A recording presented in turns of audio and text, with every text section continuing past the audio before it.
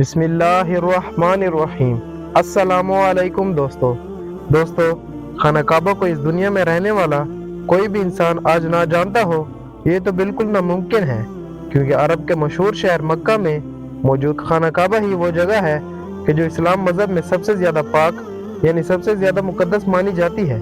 سال میں ایک بار دنیا بھر کے لاکھوں مسلمان حج کرنے کے ارادے سے اس خانہ کعبہ کی زیارت کرنے تو جاتے ہی ہیں، ساتھ ہی ساتھ حج کے مہینے کے علاوہ بھی پورے سال میں کوئی ایسا دن نہیں گزرتا ہے کہ جس دن خانہ کعبہ میں ہزاروں کی تعداد میں مسلمان موجود نہ ہوں، یعنی ہمیشہ ہی اس کا طواف کرنے کے لیے اور اسے دیکھنے کے لیے ہزاروں لوگوں کی بھیڑ جمع رہتی ہے۔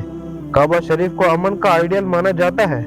آپ کو جان کر شاید حیرانی ہوگی کہ کعبہ شریف ہی دنیا کی وہ اکلوتی ایک ایسی جگہ ہے کہ جہاں پر بے وجہ تو دور بلکہ اگر آپ کی کسی سے جنگ بھی چل رہی ہے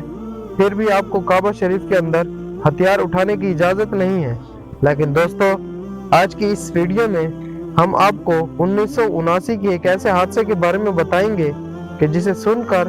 آپ کے رونگٹے کھڑے ہو جائیں گے۔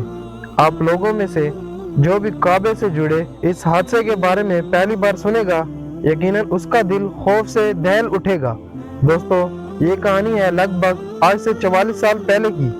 20 نومبر 1979 کا دن تھا اور اسلامک کیلنڈر کے حساب سے محرم کی 1 تاریخ تھی۔ صبح کے لگ بھگ 4:30 سے 5 بج چکے تھے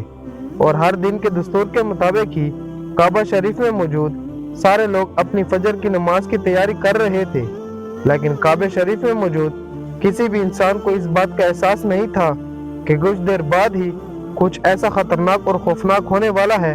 جو آج سے پہلے کبھی بھی اسلامک ہسٹری میں نہیں ہوا تھا۔ دوستو، جیسے ہی فجر کی نماز میں کعبے کے امام نے سلام پھیرا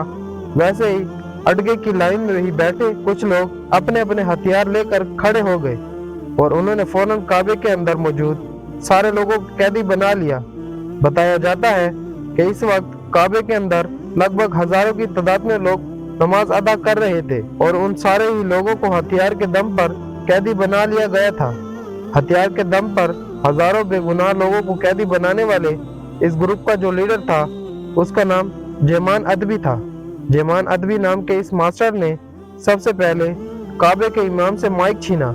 اور اس مائک میں بولنا شروع کر دیا۔ جیمان ادبی نے کعبے کے اندر موجود لوگوں سے کہا کہ اے لوگو، ہم سبھی جانتے ہیں کہ قیامت بالکل قریب ہے اور آج ہم ایسے دور میں جی رہے ہیں کہ جب ظلم اور انصافی کا بول بالا ہے اور ہمارے نبی صلی اللہ علیہ وسلم کے فرمان کے مطابق قیامت سے پہلے ایسے نا انصافی اور ظلم کے دور میں اللہ کا ایک نیک بندہ پیدا ہوگا جسے ہم سب حضرت امام مہدی کے نام سے جانتے ہیں۔ حضرت امام مہدی پوری دنیا میں امن پھیلائیں گے اور اس نا انصافی اور ظلم کے دور کو ختم کریں گے، اور خوش قسمتی ہے ہم سب کے لیے کہ حضرت امام مہدی آ چکے ہیں اور وہ ہم لوگوں کے بیچ میں ہی موجود ہیں۔ اس کے بعد جیمان ادبی نے ایک دوسرے بندے کو مائک پر بلایا جس کا نام محمد القادانی تھا اور اس کی طرف اشارہ کرتے ہوئے لوگوں سے کہا کہ لوگوں، یہی ہیں ہمارے نئے خلیفہ یعنی حضرت امام مہدی علیہ السلام، جو اس دنیا کو ظلم اور ناانصافی سے بچائیں گے اور اس پوری دنیا میں امن پھیلائیں گے۔ دوستو، اس کی وجہ یہ تھی کہ کعبہ شریف کے اندر اس وقت جو بھی ہزاروں لاکھوں کی تعداد میں مسلمان قیدی بنائے گئے تھے اس میں سے زیادہ تر مسلمان ایسے تھے کہ جو غیر عربی تھے، یعنی جو ایسے دیش سے تعلق رکھا کرتے تھے کہ جہاں پر عربی زبان نہیں بولی جاتی ہے، اور وہیں دوسری طرف ان دہشت گردوں کے ماسٹر مائنڈ یعنی جیمان ادبی نے مائک پر امام مہدی کے آنے کا جو اعلان کیا تھا وہ عربک زبان میں کیا تھا، جس کی وجہ سے وہاں موجود زیادہ تر لوگ تو اس کی بات کو سمجھ ہی نہ سکے تھے،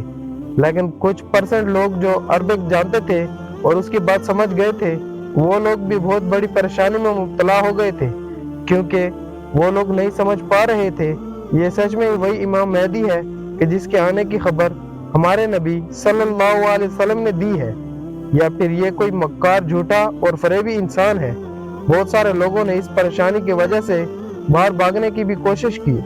لیکن وہ سارے لوگ ناکامیاب ہوئے، جو کہ باہر جانے والے سبھی راستوں کو زنجیر سے لاک کر دیا گیا تھا اور سبھی دروازے پر بندوق لیے ہوئے بندوں کو کھڑا کر دیا گیا تھا۔ دوستو، محمد القادانی یعنی جو اپنے آپ کو امام مہدی بتا رہا تھا वो जेमान अतवी का रिश्ते में बहनोई था, यानी वही जेमान अतवी जो इस पूरे हमले का मास्टरमाइंड था। बताया जाता है कि जेमान अतवी यानी जिसने इस पूरे हमले की प्लानिंग की थी, नजद के एक कबीले बंदों से ताल्लुक रखा करता था। उसका खानदान भी अरब में एक ताकतवर और भारी भरकम खानदान माना जाता था। उसकी वजह यह थी कि किसी दौर में इसके दादा इब्न सऊद के बड़े करीबी रहे थे।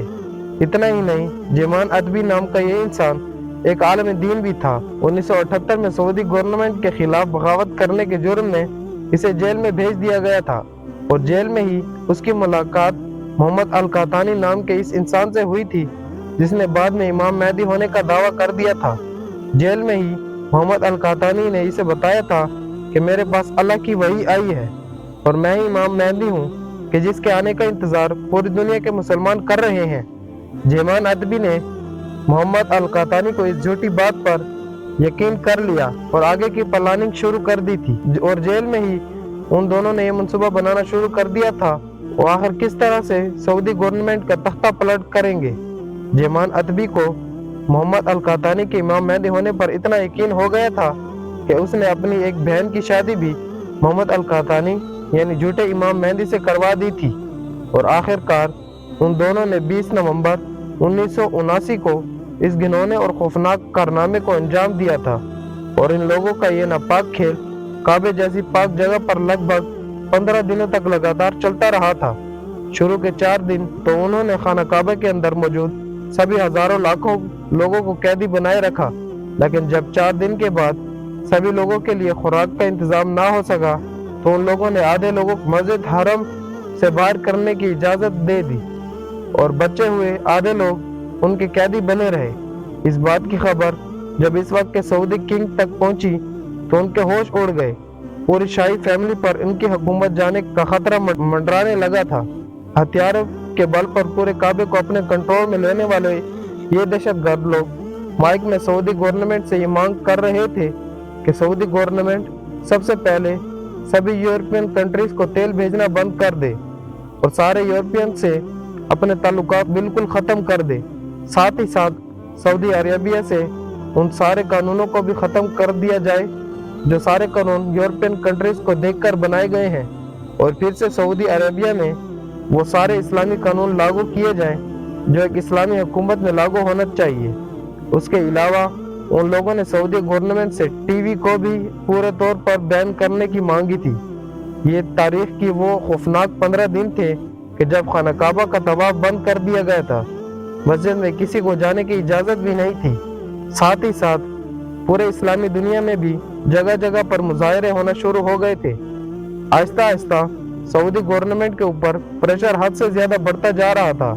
सऊदी गवर्नमेंट ने इस मुसीबत से पीछा छुड़ाने के लिए सबसे पहले अपने कुछ स्पेशल कमांडोज को रवाना किया, लेकिन वो सारे लोग भी नाकाम हुए क्योंकि वजह ये थी कि अदबी के ज़्यादातर लोग मस्जिद हराम के तहखानों में छुपे हुए थे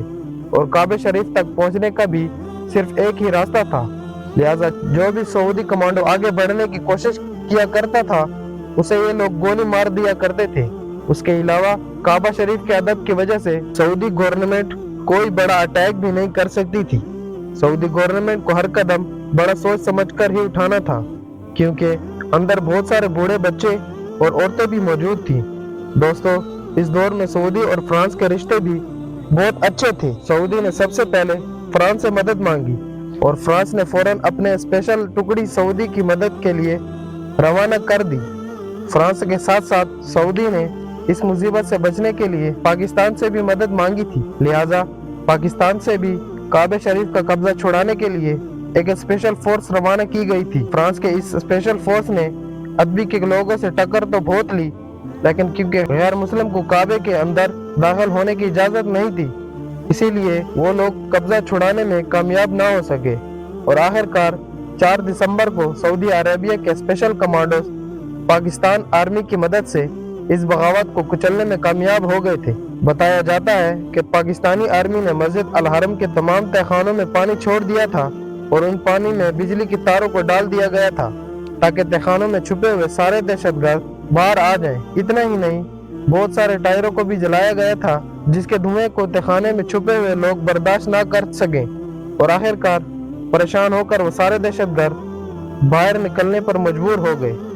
बाहर निकलते ही उन सबको गिरफ्तार कर लिया गया और फिर कुछ दिन के बाद ही सबके सामने इन सब के सर को कलम कर दिया गया था, यानी इनकी गर्दन को उड़ा दिया गया था, ताकि फ्यूचर में दोबारा कोई भी इंसान खाना काबा में ऐसा कदम उठाने से पहले लगभग 100 बार सोचे। 15 दिन चले इस ऑपरेशन में इन दहशतगर्दों के अलावा भी सैकड़ों बेगुनाह लोग ऐसे थे कि जो अपनी जान गंवा बैठे थे। मोहम्मद अल कातानी नाम का जो वो झूठा शख्स जो अपने आप को इमाम मेहदी बता रहा था, वो भी इस ऑपरेशन में मारा गया। फिलहाल इतना ही दोस्तों, इजाजत दीजिए। अल्लाह हाफिज।